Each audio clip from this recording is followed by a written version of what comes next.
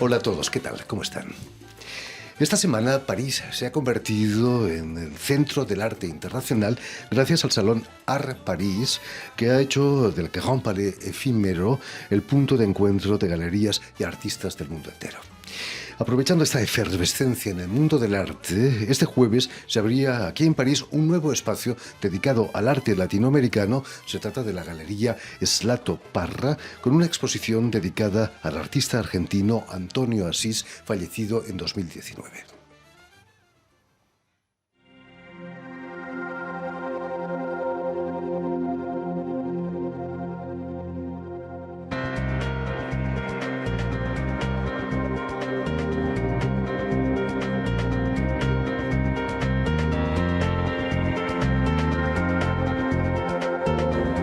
La última vez que expuse en Buenos Aires fui cuando terminé Bellas Artes. Y eso fue en el año 55, creo. 54, 55. Después me fui para París. Desde que me fui de Buenos Aires, nunca supe más nada de aquí. Y para mí el encuentro con la gente aquí en la exposición fue muy agradable. El resultado es bueno. La gente estaba muy entusiasmada, gustó mucho. Para mí fue una sorpresa. Digamos que en Francia... Y precisamente para hablarnos de esta nueva galería parisina, sus fundadores, Leonor Parra y Alex Slato, han sido tan amables de venir a nuestros estudios. Muy buenas tardes, Leonor. Muy buenas tardes, Jordi. Muchas gracias por la invitación. No, es un placer teneros aquí y muchas gracias también, Slato, Alex, por haber estado aquí con nosotros. Gracias a ustedes. Permitidme que explique ante todo que Leonor Parra es venezolana, arquitecto diplomado por la Universidad Central de Venezuela, y que lleva más de 15 años trabajando en el mundo del arte, estableciendo puentes entre París y el mundo del arte latinoamericano. Pero dejar la arquitectura por amor al arte tiene mucho mérito, ¿no, Leonor? Bueno, gracias, pero en realidad yo vengo de una escuela de arquitectura, que es la Escuela de Arquitectura de la Universidad Central de Venezuela, donde el pensum está muy basado en los pensum del Bauhaus, que era la escuela de arte total. Y no soy la única persona que ha hecho este movimiento. Es una escuela que ha sido formadora no solamente de arquitectos, de artistas, de diseñadores, es un tronco común de 5 años, donde luego uno hace una especialización, que yo terminé de hacer la especialización aquí en París en comercio de arte contemporáneo, pero en realidad no soy una excepción. La formación de la escuela está prevista para eso. Pero entrar en el mundo del arte sin pasión no funciona, por mucho que se hagan másters. ¿De dónde sale tu pasión por el arte? Oh, wow. ¿Había arte en tu casa, por ejemplo? De toda la vida, no solamente arte, sino artistas. Yo vengo de una familia de intelectuales y era normal ver en mi casa cenando artistas, músicos. Mi papá era muy ligado al maestro Abreu del sistema. Entonces es algo que viví de pequeña, desde pequeña. Leonor, en el 2015 vas a venir a París, fundas tu propia empresa. ¿Cuáles fueron las razones para instalarte aquí en París? Quizás habías estudiado también ya aquí en París, ¿no? Sí, la razón por la que vine a París fue para hacer la maestría, porque en un momento dado, cuando decidí la rama del arte, decidí profundizar mis conocimientos y vine a París por el idioma, para profundizar mis conocimientos del idioma y profundizar mis conocimientos en arte contemporáneo. Y estando haciendo la maestría me di cuenta de las posibilidades que existían en el sitio. Coincidió con el momento en que se empezaba a hablar del Brexit, que se empezaba a hablar de muchas cosas que le están devolviendo a París el protagonismo que siempre tuvo. Y bueno, eso me hizo quedarme acá. París sigue siendo sinónimo de arte, ¿no? Es sinónimo de arte, es inevitable. Es el centro de donde se cruzan muchas corrientes y Vamos a hablar de Alex Lato, que es también venezolano, pero su actividad en el arte se desarrolla en Estados Unidos. Ha sido director asociado del Museo de Arte Latinoamericano de Los Ángeles. ¿Cómo se llega a ser director del Museo de Arte Latinoamericano ahí en Los Ángeles? Bueno, originalmente soy periodista, soy graduado de comunicación social, pero soy segunda generación en el mundo del arte. Mis padres tenían una casa de subastas y galerías en Venezuela también desde los años 60. O sea, naciste en la pócima, te caíste en la olla de la pócima de pequeño. Así es, tal cual. Muy similar un poco a la familia de Leonor, que siempre estábamos rodeados de artistas en la casa y en la galería, y como ese era normal en los años 70, pues uno vivía encima de la galería. Entonces uno corría cuando de niño en la galería, ¿no? Después nos mudamos y tuvimos otros espacios, pero llego al mundo del museo gracias a las subastas. En los años 90 estamos tejiendo desde Caracas, empezamos a tejer una serie de subastas en el Caribe y en América Latina y en Estados Unidos, y llego a Puerto Rico, donde empiezo a hacer las subastas del Museo de Arte de Puerto Rico y me nombran subastador oficial del Museo de Puerto Rico, y de ahí el fundador del Museo de Arte Latinoamericano estaba en Puerto Rico en ese preciso momento en la subasta y me invitó a que le haga una subasta allá, y una vez que terminamos de hacer la subasta, que fue muy exitosa, me ofreció el puesto. Y literalmente yo nunca había estudiado para museos, siempre mi carrera había sido de periodismo y de arte, pero debido a este evento, fuera de lo normal en mi carrera, me jalaron para ser director del museo. Estados Unidos es el mercado natural para el arte latinoamericano, ¿no? Hasta el momento ha tenido casi 20 años de dorados en cuanto a lo que es la apertura de colecciones latinoamericanas en museos y en colecciones tradicionalmente americanas. Se han abierto muchas ventanas latinoamericanas, correcto. ¿Qué importancia tiene, Axel, el tasador, el subastador en el mercado del arte? ¿Es difícil encontrar el precio justo, como dicen en el programa de televisión, de una obra de arte? Pues por muchos años uno estaba un poco más ciego gracias a la tecnología. Me acuerdo que en aquellas épocas, en los 80s y principios de los 90s, apenas salían los libros de precios y uno trataba de conseguirlos. Pero hoy en día, gracias a toda la tecnología y todas las páginas y las plataformas que hay, simplemente hay que hacer grandes estudios de resultados y empezar a comparar, ¿no? Pero en este momento, ya después de haber tenido tantos años en este mundo de las tasaciones, gracias a la tecnología el trabajo se hace un poco más fácil. Aquí en París el arte latino tiene mucha importancia. Leonor va a organizar durante varios años en los jardines del Palais Royal el famoso Carré Latino, ¿no? Sí. ¿Cómo surge la idea de encerrar en un cuadrado latino el arte latinoamericano?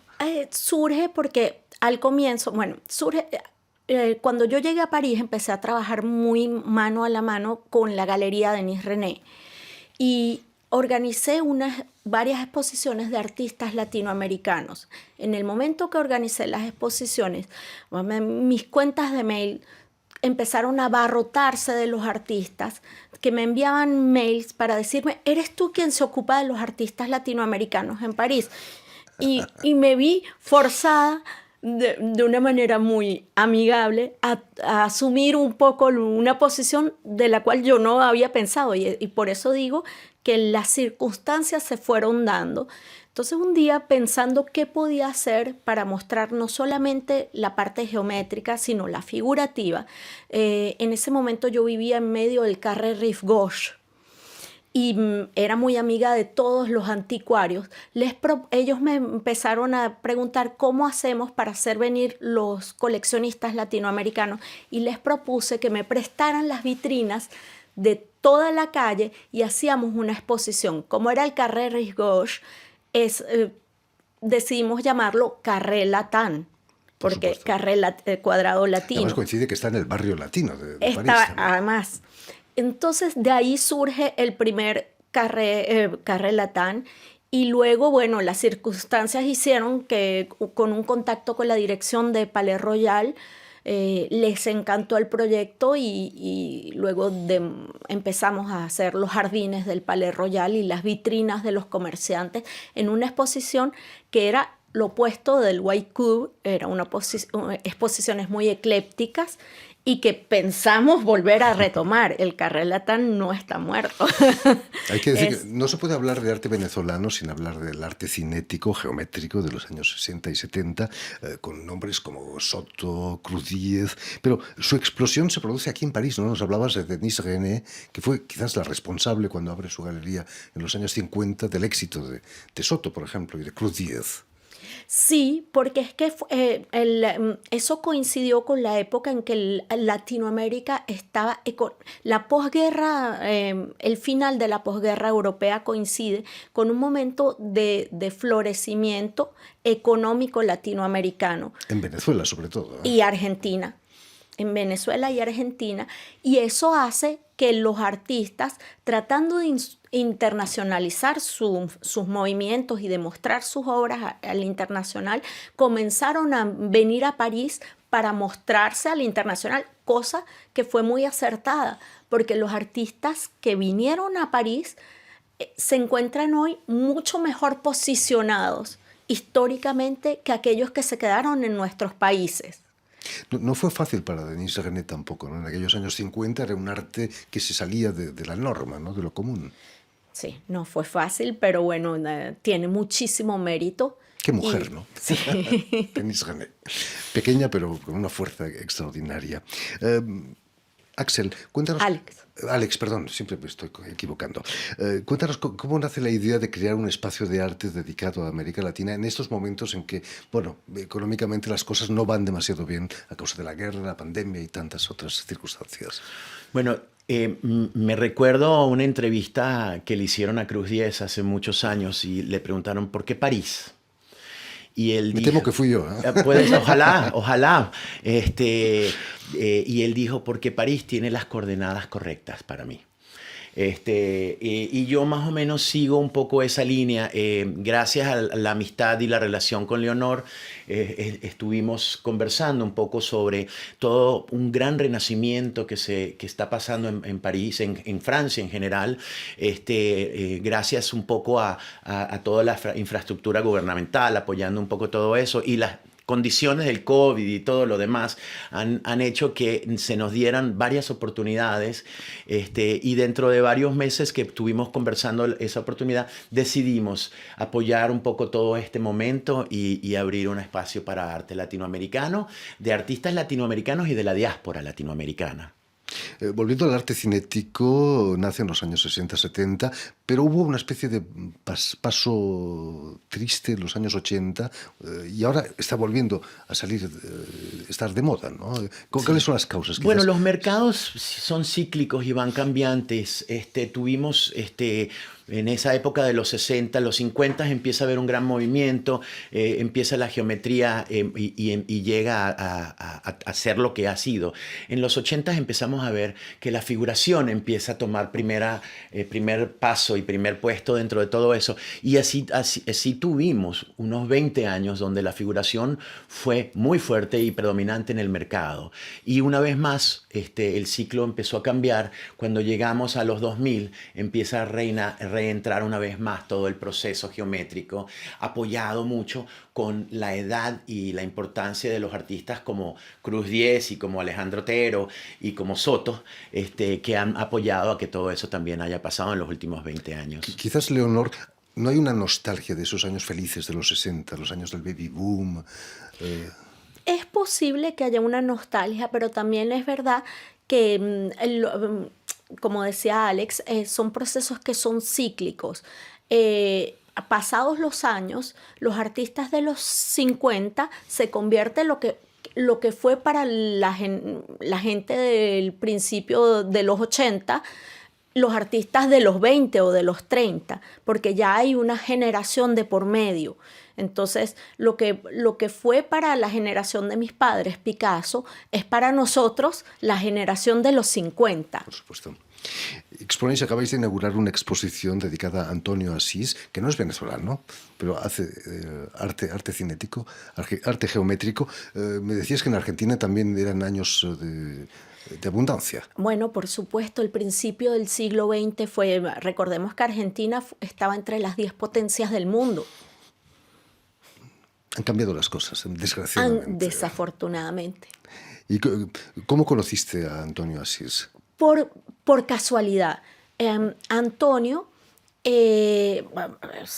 al llegar a Francia, se casó con Lidwin de Andigné, que era la mejor amiga de uno de mis tíos de infancia y de juventud. Entonces lo conocí en un cuadro puramente familiar. Formaba parte de mi círculo con el cual pasaba Navidad, con el cual pasaba. Y cuando comenté que estaba empezando a trabajar con los artistas latinoamericanos, Antonio, Lidwin y Carlos Parra, mi tío, se voltearon y me dijeron: ¿te puedes ocupar de Antonio? Y así, por pura casualidad, caí en el atelier. Alex, decíamos que Antonio era un artista muy modesto, ¿no? Que dejó la galería de Nice-René y que desde entonces quizás no tuvo el éxito que se merecía, ¿no? Bueno, en realidad es un artista bastante tímido también y muy introvertido.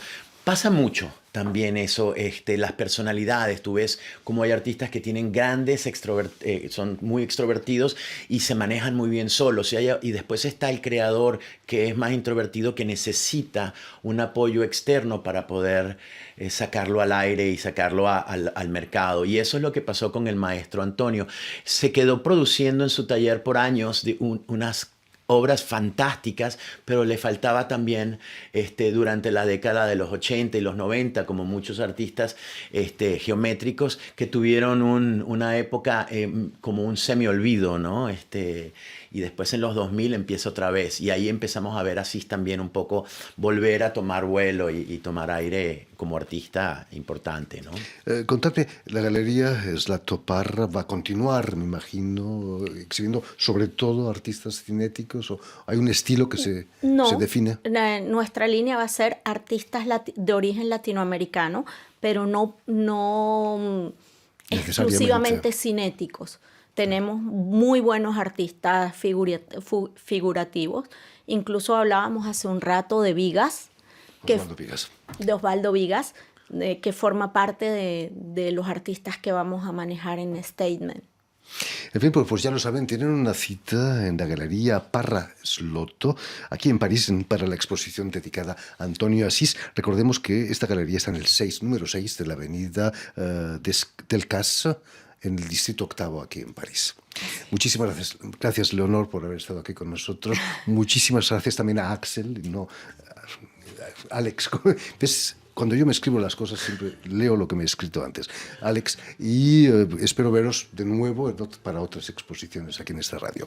Permíteme también que dé las gracias a Adrien Thureau y a Julien Leng, quienes se han ocupado hoy de la realización del programa, y saludar también a nuestros telespectadores que nos siguen en toda América Latina, seguro que en Caracas y en Miami también, gracias a la cadena Unión Continental Latinoamérica y también de la red de TAL, que reúne las televisiones universitarias y públicas desde toda América Latina. Y a ustedes, muchísimas gracias por su atención y les damos cita para una nueva edición de El Invitado de Radio Francia Internacional.